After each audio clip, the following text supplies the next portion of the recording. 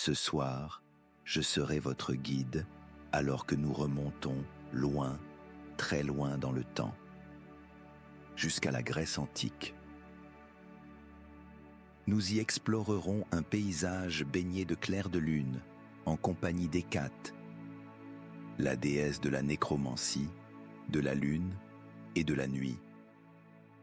Avant de commencer notre voyage de ce soir, je t'invite à t'abonner à la chaîne YouTube pour ne manquer aucune de nos prochaines histoires apaisantes. La Grèce antique était une terre comme nulle autre, peuplée de titans et d'olympiens, de monstres et de merveilles, de ténèbres et de lumière. Elle fourmillait d'histoires, toujours en train de s'en créer de nouvelles à chaque détour. On y trouvait la guerre, le rire, la paix et la joie, mais aussi la famille et la nature. Toutes les déesses et détentrices de magie ne vivaient pas sur le mont Olympe. Beaucoup d'entre elles menaient une vie en mouvement, parcourant les terres au gré des vents marins, s'aventurant dans les montagnes, naviguant jusqu'à des îles lointaines, suivant tout simplement la trace de leur magie. Oui, de nombreuses divinités libres vagabondaient ainsi à travers le monde, emportant avec elles leur lumière intérieure. Mais rares étaient celles qui étaient aussi libres et aussi magiques qu'Hécate, déesse de la nécromancie, de la lune et de la nuit. Hécate était la fille du dieu de la destruction et d'Astéria, la titanide des étoiles filantes et de la divination. Heureusement, elle tenait de sa mère, trouvant refuge dans les astres, dans les enchantements et dans les esprits qui peuplaient le monde, surtout ceux qu'elle pouvait réconforter. Hécate se réveillait chaque jour au moment précis où le soleil s'effaçait derrière l'horizon. Parfois, elle s'éveillait sous un abri formé de pins et de cèdres, dans une clairière reculée, loin de toute civilisation. D'autres fois, elle rouvrait les yeux dans une vieille cabane oubliée, nichée au creux d'un bois, où elle rallumait les flammes d'une cheminée et attendait que la fraîcheur de la nuit enveloppe les terres. Mais peu importait l'endroit où elle se trouvait, elle se réveillait toujours avec un sentiment de paix et d'espoir. Elle repoussait doucement sa couverture et levait les yeux vers le ciel changeant, ce ciel suspendu entre deux mondes, celui du jour et celui de la nuit. Les roses, violets, bleus et orangés du crépuscule devenaient peu à peu plus sombres. Le bleu lavande virait au bleu nuit. Les lilas prenaient la teinte de l'indigo. Et les nuages embrasés s'apaisaient, assourdis comme des fruits d'automne. Puis, la terre imitait le ciel. Les créatures diurnes rejoignaient leurs abris, paisibles jusqu'au lever du jour. Les oiseaux chantaient leurs toutes dernières notes, quelques-uns traînant encore une mélodie dans l'air, avant que le silence ne s'installe enfin. Et alors, les grillons entamaient leur chant. Les grenouilles émergeaient doucement de leurs étangs endormis. C'était une mélodie légère, rythmée, qui semblait faire onduler le paysage tout entier à mesure qu'il basculait dans la nuit. C'est seulement à ce moment-là qu'Hécate se levait de son humble lit. Elle roulait soigneusement sa couverture brodée d'herbes et d'étoiles, la fixait sur son dos avec les quelques objets qu'elle emportait toujours avec elle. Elle était après tout une voyageuse, une nomade magique dans cette terre magnifique, peuplée de merveilles étranges et de mystères anciens. Hécate portait toujours un livre avec elle. Une fois sa lecture terminée, elle aimait l'échanger avec un autre voyageur croisé sur sa route, apaisé par cette idée délicieuse. Bientôt, elle lirait les mêmes mots que cet inconnu avait lus quelques jours plus tôt. Elle transportait également une petite collection d'herbes et de babioles choisies avec soin, destinées à l'aider à accomplir des sorts si le besoin s'en faisait sentir. Mais par-dessus tout, elle transportait 2 torches. Ces torches étaient son symbole, la trace qu'elle laisserait sur le monde. Car lorsqu'une âme perdue les apercevait dans l'obscurité, elle comprenait aussitôt qu'elle était sauvée. Car Hécate ne se contentait pas d'errer sans but dans les bois comme tant d'autres le faisaient. Elle errait dans les bois à la recherche de ceux qui, eux, étaient perdus. Elle cherchait les âmes, vivantes ou défuntes, qui ne savaient plus où aller, dans l'unique but de les ramener là où elles appartenaient et de les apaiser au passage. C'était là son rôle dans le monde, et elle l'embrassait avec une fierté sereine. Or, par une nuit d'automne éclatante, Hécate eut une vision qui allait changer le cours de sa vie. C'était la toute première nuit froide de la saison. Quand Hécate s'éveilla au coucher du soleil, elle entendit les feuilles se froisser les unes contre les autres dans l'air vif. Ici, haut dans les montagnes, l'arrivée de l'automne était joyeuse, colorée, bienvenue. Elle se redressa et roula son sac de couchage, reconnaissante de voir que cette nuit serait lumineuse. Magnifique. Car ce soir-là, la lune était pleine. Et en tant que déesse de la lune, Hécate sentit une énergie douce et puissante l'envahir, alors qu'elle s'asseyait sous sa lumière. Elle sut immédiatement ce qu'elle devait faire. Elle se rendit jusqu'au ruisseau le plus proche, un petit cours d'eau de montagne où l'eau était vive et glacée. Elle y entra pas à pas.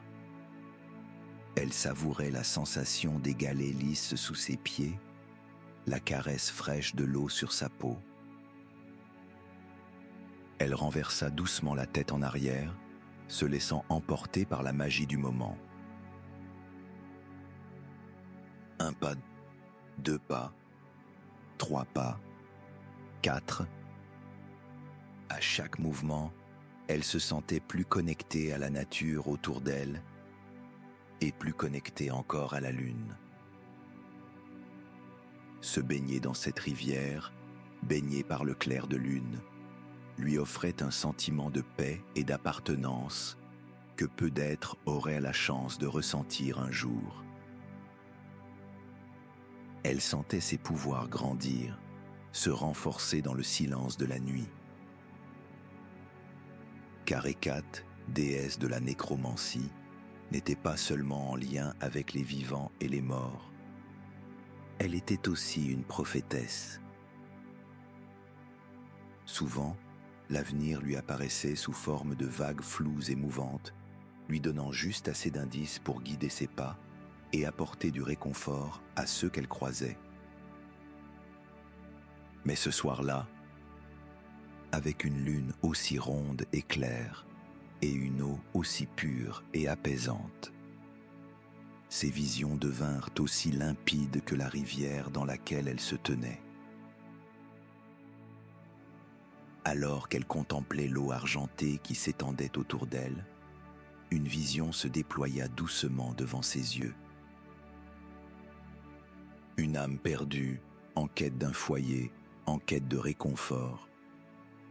Mais ce n'était pas n'importe quelle âme. C'était une déesse grecque. aussi doucement que la vision était apparue à Hécate, elle s'évanouit dans l'air, s'effaçant comme un nuage de brume que la brise chasse doucement au ras du sol de la forêt. Hécate sortit de l'eau, le cœur empli de sérénité et de dignité. Elle aimait sa mission, apporter du réconfort aux mortels, aux dieux et aux déesses. Et ce soir, il semblait que ce serait exactement ce qu'elle allait faire. Elle retourna à son campement, rangea soigneusement ses affaires et les attacha sur son dos, les calant contre ses épaules à l'aide d'une large lanière de cuir au parfum de sauge et de romarin. Puis, elle tendit les doigts dans l'air noir de la nuit. Elle les fit vibrer légèrement, fermant les yeux avec une profonde concentration. Des étincelles jaillirent de ses bouts de doigts, illuminant doucement la forêt alentour d'un éclat orangé et doré. Les étincelles s'accrochèrent à ses 2 torches et les embrasèrent. Elle enserra les manches familiers de ses torches. C'était son rituel, chaque nuit. Sillonner les forêts et les montagnes, les torches levées devant elle, guidant les âmes perdues vers la lumière, vers leur avenir. En marchant, elle gardait les yeux clos. Elle aimait le son de ses bottes s'enfonçant dans la terre humide. Le son rythmé de ses pas se mêlait au bruit nocturne, au chant des grenouilles, au froissement des feuilles. C'était comme si elle composait un chant, une berceuse vivante avec la forêt. Enfin, elle ouvrit les yeux. Et ce qu'elle vit lui coupa le souffle. Le paysage autour d'elle s'était transformé. Car si le jour révèle tout, la nuit, elle, invite à l'interprétation, à la rêverie. Les ombres se courbaient et se fondaient les unes dans les autres. Certaines prenaient la forme de rochers, d'autres dansaient entre les arbres à mesure qu'elle avançait. L'eau et les toiles d'araignée captèrent la lumière de ses torches et s'illuminèrent d'un éclat de soie orangé, rouge et doré, tel un fil spectral, un enchantement tissé dans l'obscurité. C'était l'une des nombreuses raisons pour lesquelles Hécate aimait la nuit. Mais il y en avait tant d'autres. Hécate n'était jamais éveillée durant la journée et n'en avait nullement envie. Elle préférait la lenteur paisible du monde nocturne, lorsque tout semblait avancer au rythme juste, au rythme du cœur. La nuit, il n'y avait aucune obligation, aucune agitation. Il n'y avait qu'elle et la nature, elle et les autres voyageurs, elle et les âmes perdues. C'étaient les heures où elle pouvait se connecter à tous les êtres. L'obscurité offrait une forme de protection, comme un voile bienveillant, un voile sous lequel la vulnérabilité pouvait enfin respirer librement. Et c'était ainsi qu'Hécate préférait vivre, dans l'authenticité et la vulnérabilité. C'est pour cela que, ce soir-là, lorsqu'elle tourna au détour d'un sentier baigné de clair de lune et pénétra dans une prairie argentée, un fin sourire s'étira sur ses lèvres. Au centre de la clairière, une âme se tenait là, non vivante, perdue, figée dans le silence. C'était une forme vaporeuse, à peine visible, un frisson dans l'obscurité que l'on aurait ignoré si l'on ne regardait pas avec le cœur. Et pourtant, et Kat distinguait déjà l'inquiétude sur son visage. Elle s'approcha doucement, rayonnant de cette chaleur maternelle que peu savent offrir. Mais pour Hécate, toutes les âmes perdues étaient ses enfants. Elle avança jusqu'à illuminer la silhouette de la jeune âme à l'aide de ses 2 torches. « Bonjour mon enfant. Es-tu perdu ?»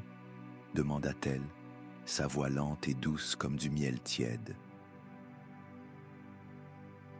L'âme, une jeune femme, hocha la tête. « Je crois que oui.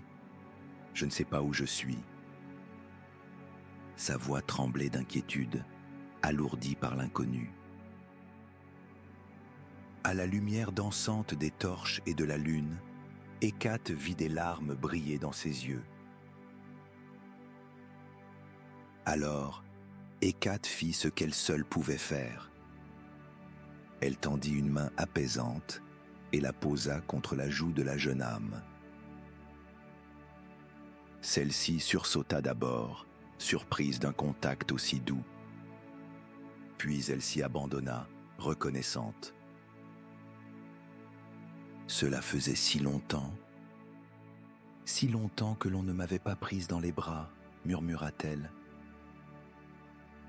Eh bien, tu n'as plus à t'en inquiéter désormais, ma douce enfant.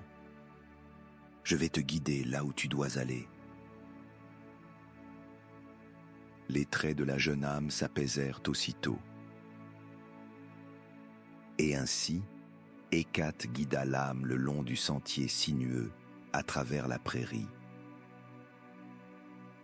À la lumière lunaire, les fleurs sauvages semblaient éclore sous leurs pas, illuminant l'herbe douce d'un éclat argenté.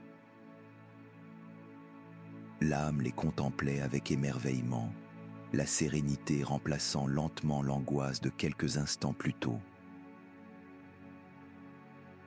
Souhaites-tu en emporter une ? Il y aura des fleurs là où tu vas, mais peut-être aimerais-tu en garder une pour te souvenir de cet instant. L'âme acquiesça avec joie. Hécate se pencha alors et cueillit la fleur la plus belle qu'elle put trouver. C'était une lupine. Ses boutons violets éclatants semblaient presque argentés, presque irréels à cette heure de la nuit. Avec une infinie délicatesse, elle la glissa derrière l'oreille de la jeune âme. L'âme effleura la fleur, comme si elle n'arrivait pas à croire qu'elle lui appartenait. Hécate lui adressa un sourire empli de tendresse, l'encourageant à prendre soin de la lupine, comme d'un souvenir précieux. Tandis qu'elles avançaient ensemble à travers la forêt, Hécate murmura des mots rassurants. Tout allait bien se passer. Là où l'âme allait, c'était un endroit merveilleux. Des prairies ondoyantes, à perte de vue, et des esprits en paix, reposant comme les herbes dans le vent. Elle lui expliqua que beaucoup se perdent en chemin, mais que cela faisait partie du voyage. Lorsque, enfin, elles atteignirent l'une des portes menant aux enfers, l'âme était apaisée. Elle attendait, avec une certaine sérénité, la prochaine étape de son voyage. La porte de l'au-delà n'était en rien semblable à ce que l'on imagine. Non, le royaume souterrain n'était pas un lieu d'ombres ou de tourments. C'était un monde semblable au nôtre, mais baigné de mystère et de douceur.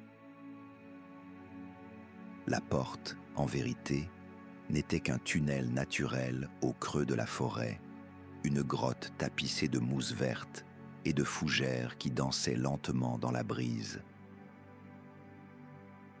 Autour, des fleurs s'épanouissaient, chacune plus belle que la précédente. Et bien que l'on ressentît la puissance du lieu, il y régnait une paix profonde. Même les grillons et les grenouilles chantaient ici d'une voix plus douce. Hécate serra doucement les mains de l'âme. Puis elle lui demanda avec un sourire « Peut-être aimerais-tu boire quelque chose avant d'entrer ?» Elle s'agenouilla dans l'herbe parfumée et alluma un petit feu. Au-dessus de la flamme, elle déposa une bouilloire qu'elle remplit d'eau, de lavande, de miel et de camomille. La vapeur odorante s'éleva et s'enroula entre les branches, telle une offrande au ciel nocturne. Hécate tendit la tasse à l'âme avec une délicatesse infinie et lui pressa la main une dernière fois. L'âme but quelques gorgées du breuvage chaud, touchée de retrouver, dans ce monde étrange, un goût familier et doux. Elles restèrent là un long moment, assis côte à côte, le regard levé vers le ciel. La lune pleine brillait d'un éclat presque magique, illuminant cette parenthèse de paix, cet instant suspendu où tout semblait s'accorder en silence. Puis enfin, le moment arriva. L'âme s'approcha doucement du tunnel et prit place sur la barque du Styx. Hécate la salua d'un geste doux, le sourire toujours sur ses lèvres. Elle savait que l'âme allait vers les Champs-Élysées, un lieu de paix éternelle, de joie inaltérable, où rien ne manquait jamais. Puis Hécate rassembla ses affaires, une lueur paisible dans les yeux. Une âme de plus avait trouvé son chemin, une errance de moins dans la brume de ce monde. Elle leva les yeux vers la lune et sut, dans le silence lumineux de la nuit, qu'il lui restait encore du temps pour en trouver une autre et offrir à nouveau un peu de réconfort. Elle hissa de nouveau ses affaires sur son dos et repartit doucement. Pas après pas, vers la clairière où elle avait rencontré l'âme plus tôt dans la nuit. Un instant, elle s'arrêta simplement pour humer les fleurs, inspirer le parfum délicat mêlé aux senteurs fraîches de l'air nocturne. C'était dans ces moments de solitude qu'Hécate se sentait le plus elle-même, quand il ne semblait plus rester qu'elle, la lune, et la terre entière qui respirait lentement autour d'elle. Mais cette fois-ci, Hécate n'était pas seule. De l'autre côté du champ, la silhouette d'une femme merveilleusement belle se dessinait parmi les fleurs. Hécate observe cette inconnue qui levait souvent les yeux vers le ciel, tourbillonnant dans la lumière lunaire, comme si elle dansait avec les étoiles. Elle s'approcha, intriguée par la grâce de cette femme, par sa douce présence. Et pourtant, ce n'était pas cela seulement qui l'attirait. Il y avait quelque chose d'autre. Quelque chose de puissant émanait d'elle. Un rayonnement que seuls quelques êtres dans ce monde pouvaient posséder. Un éclat qui ne pouvait appartenir qu'à une déesse. La mystérieuse femme ne remarqua pas immédiatement Hécate. Elle cueillait les fleurs avec douceur, les approchant de son visage pour en respirer profondément l'arôme sucré. Mais à mesure qu'Hécate s'avançait, la silhouette se tourna enfin vers elle. Et alors, tout devint limpide. C'était Perséphone, la déesse du printemps, fille de Zeus et de Déméter. Et si Hécate connaissait bien une chose à propos de Déméter, c'est qu'elle ne serait sûrement pas ravie de savoir que sa fille errait ainsi seule dans la nuit. « Ta mère sait-elle que tu es ici, Perséphone ?» demanda Hécate avec un sourire complice. Perséphone hocha la tête avec respect, bien qu'un éclat malicieux scintillât dans ses yeux. « Peut-être, peut-être pas. » Hécate répondit avec douceur. « Rassure-toi, je ne serai pas celle qui ira lui dire. » Perséphone s'inclina légèrement, reconnaissante. Les deux déesses restèrent un long moment assises ensemble dans la clairière baignée de lune. Elles n'étaient pas tout à fait proches, mais pas étrangères non plus. Et, en vérité, Hécate en savait bien plus qu'elle ne le laisserait jamais entendre à Perséphone.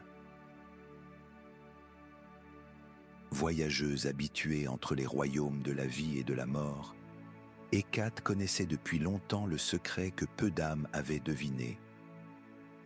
Perséphone était éprise d'Hadès, le dieu des enfers. Et Hadès, lui aussi, était profondément touché par la lumière de Perséphone.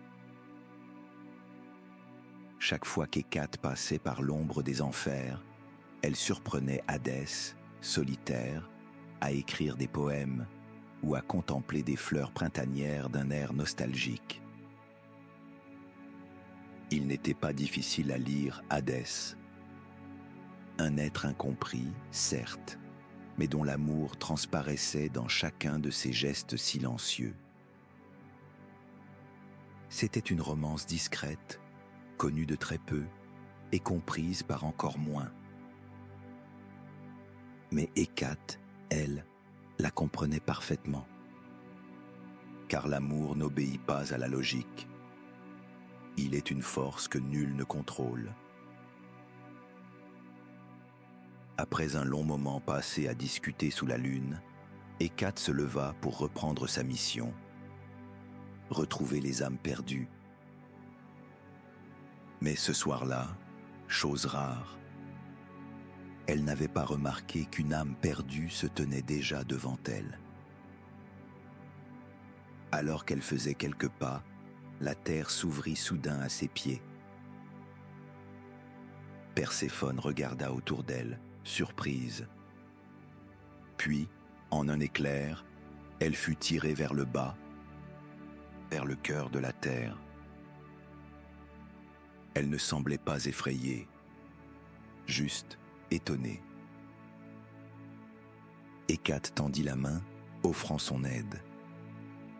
Mais Perséphone secoua doucement la tête, un sourire paisible sur les lèvres, et disparut. Quelques instants plus tard, Déméter apparut, affolée. Elle demanda à Hécate où se trouvait sa fille. Et Hécate, sans chercher à dissimuler la vérité, lui répondit avec calme. Déméter, toutefois, ne fut pas apaisée. Elle affirma que sa fille n'avait pas sa place dans les enfers.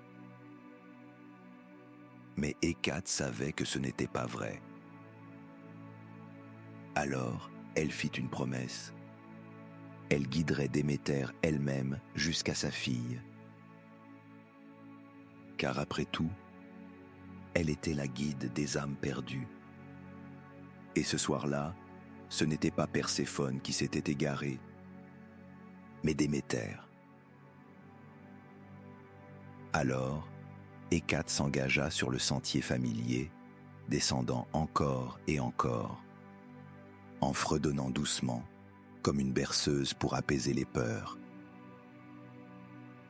Déméter était tendue, mais l'énergie d'Hécate, sa sagesse et sa sérénité, commença peu à peu à la calmer. En pénétrant dans les enfers, Déméter regarda autour d'elle avec inquiétude. Mais à travers les puits de lumière percés dans la roche, la lune projetait ses rayons argentés. La mousse et les fougères luisaient doucement le long des parois, transformant le lieu en un sanctuaire de magie douce, presque irréelle. Après avoir traversé le fleuve Styx, elles remontèrent, encore et encore, un sentier sinueux jusqu'à atteindre la demeure d'Hadès lui-même. Hécate le salua d'une révérence et d'un sourire. « Ravi de te revoir, Hadès. » Hadès inclina la tête à son tour. « Et moi de même, Hécate. » Puis, d'un ton un peu plus froid, il demanda « Qu'est-ce qui t'amène ici, Déméter ?» Submergée par l'angoisse, Déméter n'attendit pas une seconde de plus.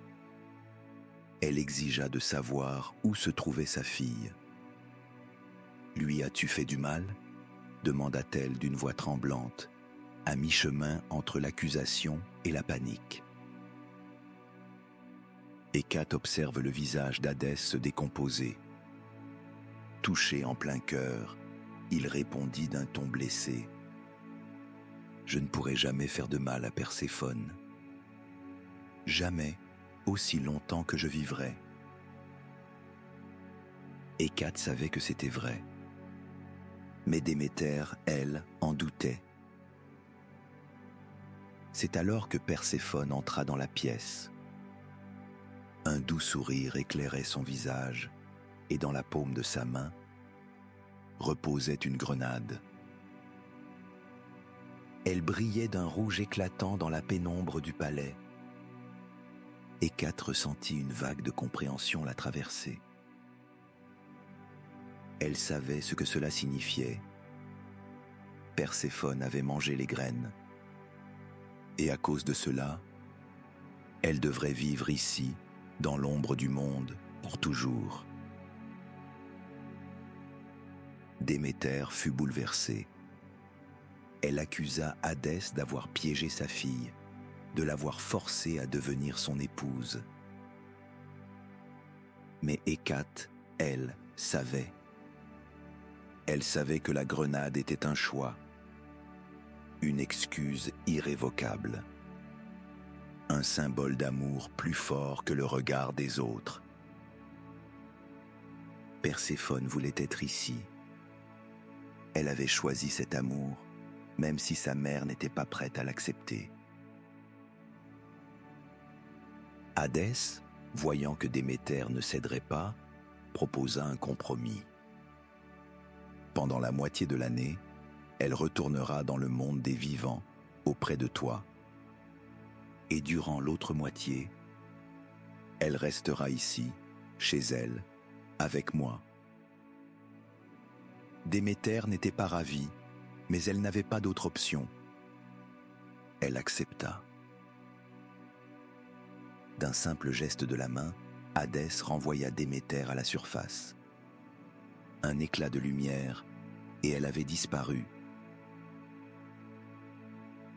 Mais Hécate, elle, resta. Et lorsqu'elle croisa le regard de Perséphone, elle comprit pourquoi. Car malgré la douceur de l'instant, Perséphone était une âme perdue. Ce n'était pas la fin, c'était un commencement, plein de doutes, d'inconnus et de solitude. Hécate et Perséphone s'assirent ensemble au bord du fleuve, là où un mince rayon de lune descendait du monde d'en haut et éclairait doucement l'eau noire du Styx. Perséphone n'était pas encore à l'aise. Elle n'était ici que depuis quelques heures et elle se sentait déjà en décalage. Comment aimer un lieu si sombre, même si l'on y trouvait l'amour? Alors, Hécate prit sa main dans la sienne, et d'une voix douce comme le vent dans les branches, elle dit « Tu auras toujours une amie en moi. Je viendrai te voir quand tu le voudras, et je t'apprendrai comment marcher sur le fil entre le mal du pays et le sentiment d'appartenance. » chemin qu'Hécate connaissait bien pour l'avoir emprunté chaque nuit. Pendant plusieurs mois, Hécate fit exactement cela. Chaque nuit, elle s'éveillait doucement au coucher du soleil, allumait ses 2 torches et s'enfonçait dans l'obscurité de l'autre monde, à la recherche des âmes perdues. Lorsqu'elle en trouvait une, elle l'accompagnait avec douceur, par-delà les collines, au creux des bois brumeux, jusqu'à ce qu'elles atteignent l'entrée du royaume des morts. Mais à présent, Hécate ne les laissait plus au seuil. Elle les guidait à travers le Styx, les accompagnait plus loin, jusqu'à ce qu'elles trouvent enfin la paix.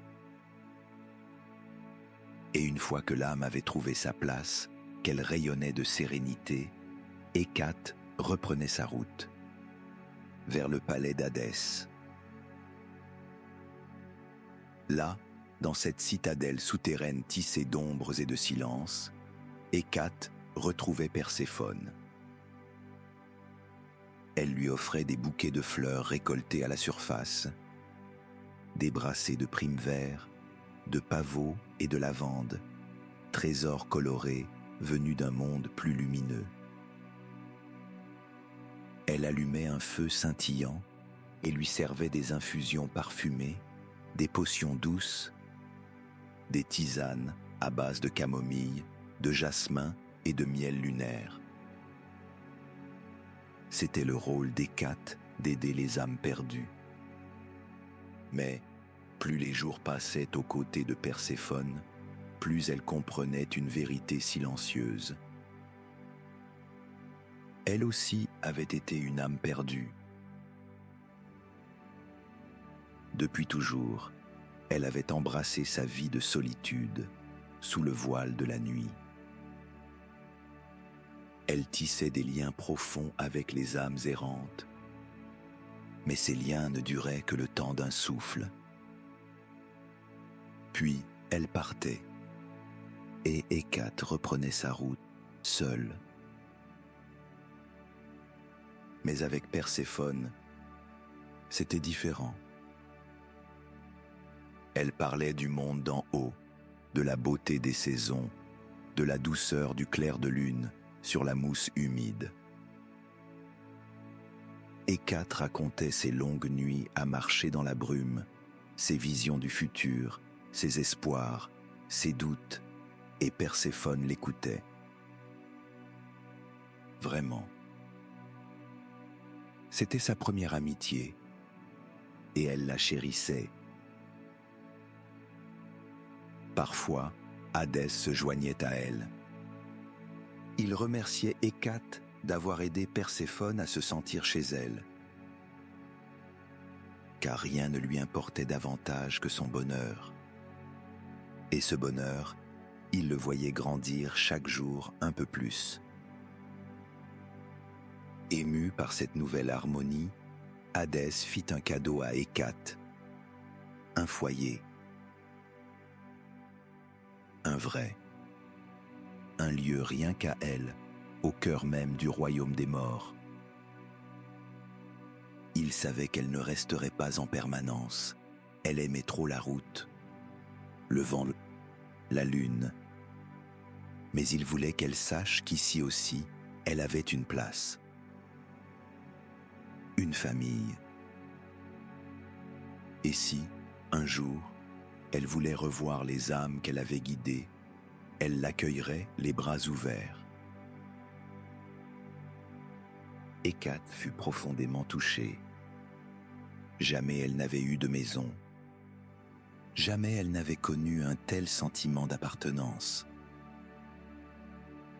Et même si ce foyer n'avait rien de traditionnel, entre Hadès, Perséphone et les âmes qu'elle avait secourues, elle avait trouvé les siens. Alors, chaque nuit, Hécate reprit sa marche à travers les bois enveloppés de brume, portée par la lumière de la lune, à la recherche de ceux qui s'étaient égarés. Et l'on dit que, parfois, Quand vous sortez dehors dans le calme de la nuit, vous pouvez encore ressentir la chaleur de l'amour d'Hécate. Dans la caresse de la lune sur votre peau, dans le silence paisible qui vous entoure, c'est elle. Un doux rappel que vous n'êtes jamais seul. Et si vous êtes perdu, elle sera toujours là pour vous aider à retrouver votre chemin.